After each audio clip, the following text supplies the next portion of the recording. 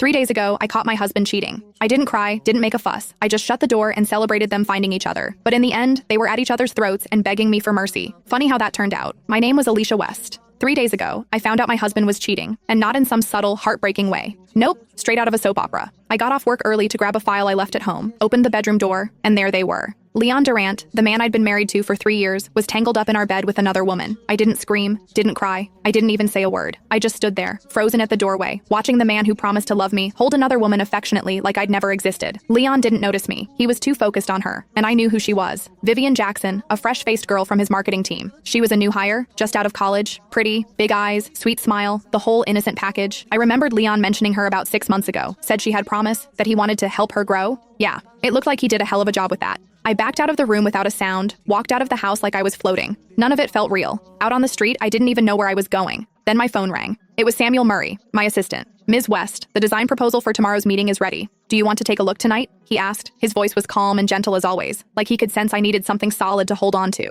Samuel. I barely recognized my own voice. It was shaking. Can I ask you something? Of course, he replied. If the person you trusted most betrayed you, what would you do? There was a pause on the other end. Then Samuel answered quietly, I'd make sure they paid for it. Pay?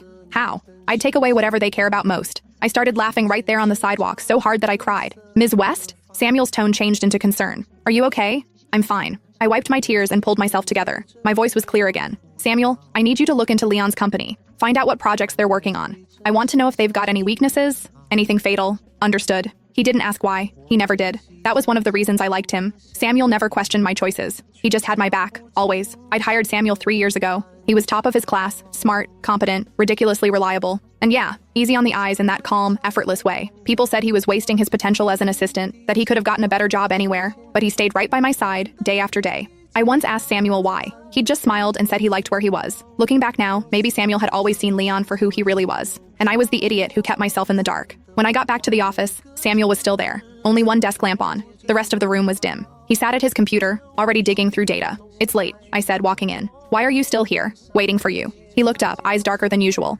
Ms. West, what happened? I looked at him. For the first time in a long while, I wanted to lean on someone. Leon had been coming home less and less, talking to me even less than that. But Samuel? He was always there for me. Late nights at the office, brainstorming design ideas with me, actually listening. Some days Samuel felt more like family than my own husband. Leon's cheating, I said flatly. I saw it with my own eyes today. Samuel's fingers froze above the keyboard. No big reaction, just a flicker of tension. His hand tightened around the mouse. I'm sorry, Samuel said quietly. Why are you apologizing? I asked. Because I already knew. He looked at me, guilt softening his voice. He looked pained for me. I found hotel records and bank transfers, but I didn't know how to tell you. I was stunned. When did you find out? I asked. 2 months ago, he replied. Why didn't you say anything? Because I didn't want to hurt you. He stood and came over to me. And because I knew you'd figure it out eventually. I stared at this man who'd quietly been standing guard over my life, and something in me cracked open. A gush of warmth surged into my heart. Thank you, I whispered. You don't have to thank me, he said softly. Protecting you, that's something I should do. Then can you do something else for me? Anything. Help me ruin Leon.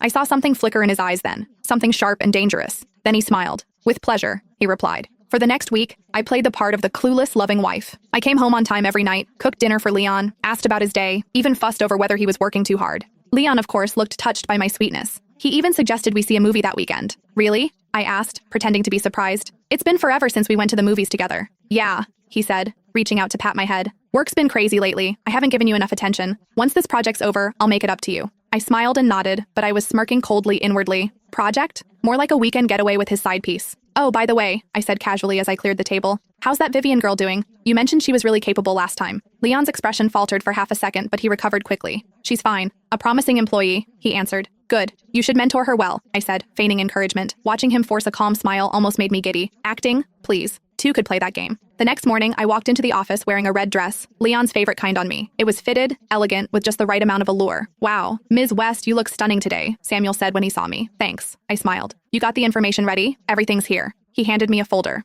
Mr. Durant's company is in the middle of negotiating a major deal. If this one tanks, they're looking at least a $9 million loss. I flipped through the documents. There were clean and precise detailed project breakdowns, their cash flow projections, risk assessments. Nice work, I said, nodding. Anything else? This. He passed me a tablet. Vivian Jackson's full background, family, education, and recent spending habits. I scanned through it, and the more I read, the more amused I got. Turned out, Vivian wasn't some innocent, wide-eyed intern. She had a history of targeting married men. This wasn't her first time playing this game. Leon had no idea the little angel he thought he was protecting was actually a predator in disguise. Her spending's interesting, I said, pointing to a few items. Chanel bag, $30,000. Cartier watch, 45 grand. Not exactly pocket change. Gifts from Mr. Durant, Samuel confirmed. I traced the transfers. 150 grand in 3 months? I let out an icy laugh. She's got quite the appetite. Want me to send all this to Mr. Durant's mother? No. I closed the folder. I've got a better idea. Around noon, I called Leon. Babe, I said sweetly, I'm craving your cooking. Think you can come home early tonight? He sounded apologetic. Today's not great. We've got a critical client meeting for that new project. What kind of meeting's that important? Just the usual. There's lots of details to iron out. All right, just don't push yourself too hard. I hung up and smiled to myself. Client meeting? I scoffed inwardly. He probably meant date night. At 4 o'clock sharp, I walked into the cafe across from Leon's office building. It had a great view of his office entrance. At 5:30, I saw Leon walk out. He didn't drive his car, getting into a taxi instead. I texted Samuel.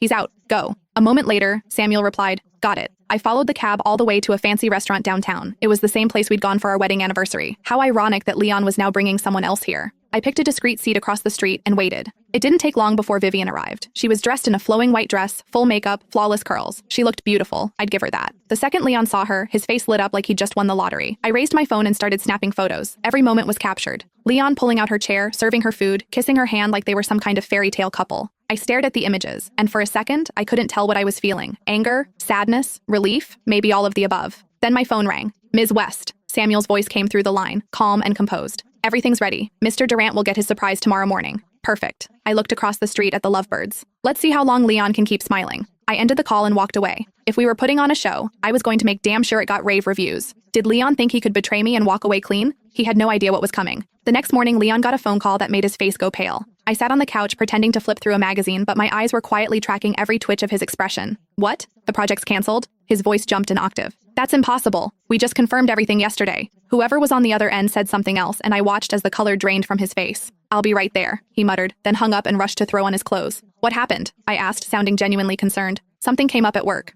I need to get to the office now. He didn't even touch the breakfast I'd made before flying out the door. Once he was gone, I put down the magazine and called Samuel. Did it work? I asked. Flawlessly, Samuel said, sounding more than a little satisfied. The client pulled out of the deal. Moreover, they're demanding compensation. How much? $9 million, Samuel replied. I let out a low chuckle. Beautifully done. This is just the beginning, Samuel said calmly. The best is still coming. Around noon, Samuel messaged me. Leon must be losing his mind now. Vivian just asked him for 150 grand, said it was some family emergency.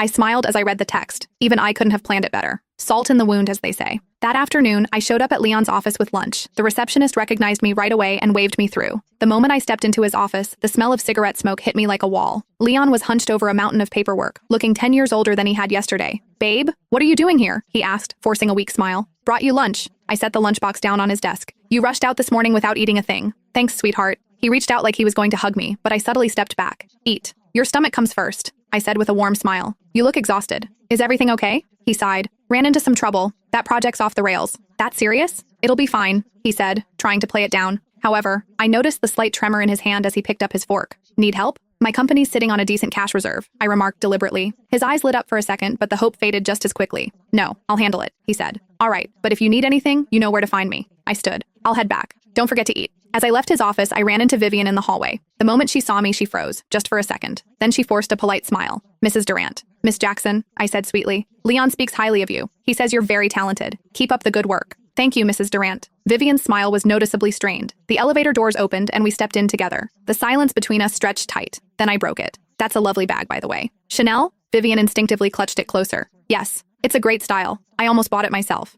Pricey, though. What, like 30 grand? I remarked. You must be doing well for yourself, Miss Jackson. Not many young women can afford something like that so soon after graduating. Her face stiffened. It was a gift from a friend. Lucky you, I said, giving her a long, knowing look. Good friends are hard to come by. The elevator dinged. I stepped out and turned back with a smile. Oh, and Miss Jackson, just a word of advice. Don't get too greedy. It's a fast way to fall on your face. Her startled expression was all the dessert I needed that day. When I got back to my office, Samuel was already waiting. Mr. Durant's been getting hit with calls from creditors all afternoon, he reported. Looks like the pressure's building fast. And Vivian? I asked. She was in his office for half an hour. Didn't look happy coming out. I nodded. Looks like they're starting to blame each other. Should we turn up the heat? Samuel asked. No need to rush, I said as I sat down. Let the chaos sink in. Leon's like a trapped animal right now. He'll unravel on his own. Sure enough, that night, Leon came home looking like a broken man. Babe, he said, sitting down on the couch, his tone unusually serious. Can we talk? What about? I asked, keeping my voice light. I need to borrow some money. I was in the kitchen, rinsing dishes. The moment those words came out of his mouth, my hands stilled, but only for a second.